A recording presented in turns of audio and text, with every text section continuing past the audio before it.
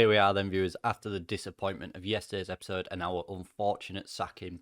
I've skipped forward to the end of the season. Southend unfortunately went down to League One. My replacement at the club was Jens Gustafsson. He couldn't save Southend from relegation. We massively overachieved last season, didn't we? So from that Birmingham game yesterday, and viewers, Southend went on to win another 5 games in the league. They beat Swansea, QPR, Blackburn, Barnsley and Cardiff on the final day. They drew a couple in there as well. As I said, they unfortunately did go down. They went down on 36 points. Is that better than what we did last time when we went down? We went down with 33 before, so even, wow. So they only got 3 more points from the last time that we went down from this league. They made a few transfers as well. So they brought in Anthony Egan, who is a goalkeeper from Barnet. He looks pretty good, actually, if you were to carry on. I think he looks a decent player.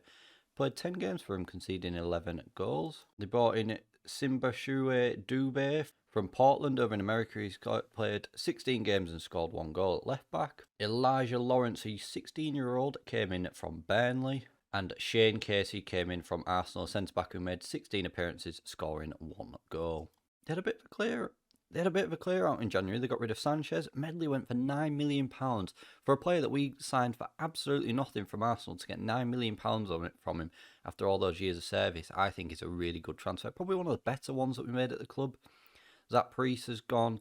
Keenan Richards went out on loan. Yestin Lewis went, a man that's got a couple of goals for us throughout the years. Delicious went as well.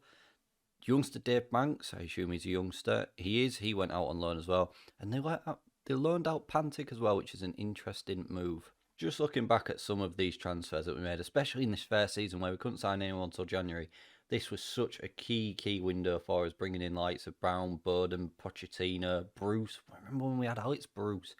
Lundulu, a man who we had here twice, got plenty of goals for us in that first year. Neufeld, someone that put a place down for himself and put a bit of a marker down for himself over the next few years. The second season was a big transfer window for us. Demani Mello was here for a while. We had Moreno on loan from Man City. Connor Stanley, Billy Bingham. Stephen Payne, a man that's got a lot of goals for us. Connor at centre-back. Danny Guthrie. Bob. Finley Burns. Josh McEachran, I forgot we even had him. Jack Barnby. Rashawn Malfrin. He's the one that stands up from that second season. Still at the club now, worth £2.2 million. 280 games for Southend. 51 goals. 49 appearances. Not a bad signing again. Joined in League Two. It's a shame he couldn't make that step up to the Premier League with us, but wow, what a signing he was on a free transfer from Tottenham. The third season, Odebecker, Ollie Turner, a man that we had again for a number of years, played 135 games for us, retired at only age 25, which is a bit of a shame. Archie Mayer, the eternal loanee here, Borthwick Jackson, Albiusi, Jacob Ramsey, a man that pretty much kept us alive in that season. Balder got a couple of goals. Just looking through, there's some names. Prince of Tim, where's he nowadays? He's at Walsall. He left us to go to Ipswich, went to Gillingham again. Played quite good.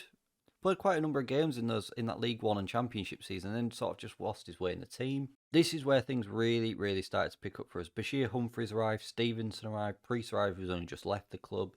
Flores and Morton, he was quite a big sign for us, I seem to remember at the time. Stephen Humphries, Medley, the man who's just gone for £9 million.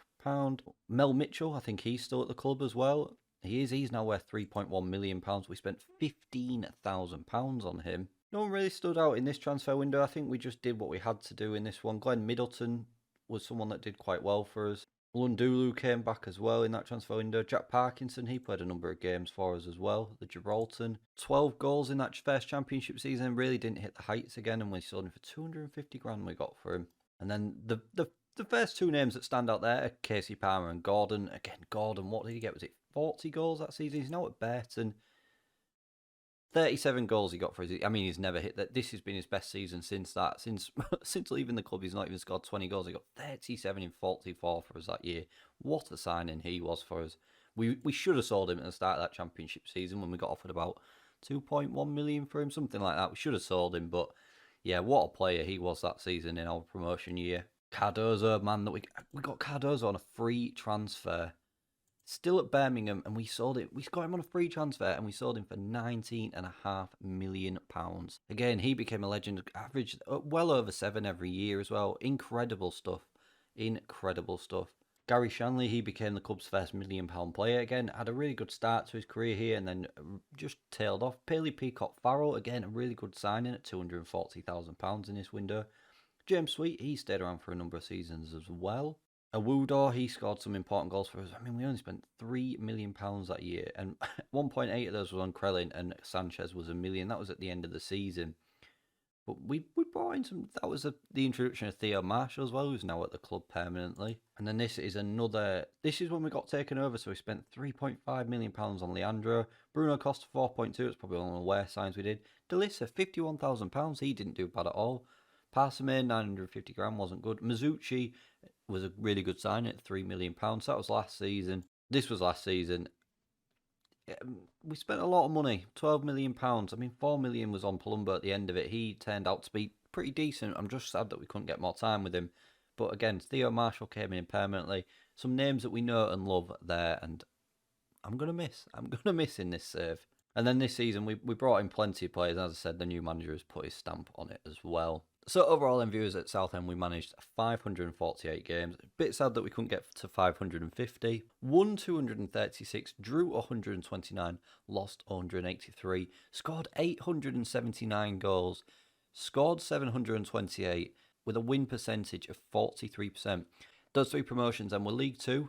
Then we went back to back and went up as League 1 champions, came down, and then as we know, we went back up to the Championship, which ultimately we did struggle to settle. Well, we settled in it, we just struggled this season.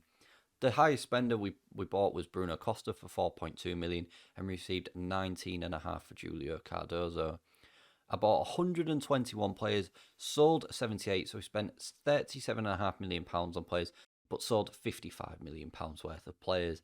And we were at the club for 3,788 days. We won 7 awards in that time as well, 7 managerial awards. And the awards we won then, viewers, were 2 Manager of the Month awards in League 2, a Manager of the Year and a Manager of the Month in League 1 when we went up as champions, and 3 Manager of the Month when we went up as runners-up in the second time round in League 1. 3 seasons in League 2, finishing 16th, 8th and 2nd. League 1 we finished 3rd, came straight back down from the Championship in 23rd, and then went straight back up again in the 2nd in League 1, so we spent 2 years in the Championship, and then we had 4 consecutive years in the Championship. This was number 5, but unfortunately we couldn't see it all the way through, and we finished 11th, 8th, 15th, 3rd, and then ultimately left in 23rd. Not bad. 6 years in the Championship, 3 in League 2 and 2 in League 1. Not a bad run at all. And that's it then, viewers. So that is Southend at the end of the season. What we're going to do is we are going to jump forward 5 years, and we will bring that back tomorrow and just have a quick look at how they are getting on. If you have enjoyed this video, please don't forget to smash that like button for me, share the video around, and subscribe to the channel for more content. Thank you very much for watching, and I'll see you again for more next time.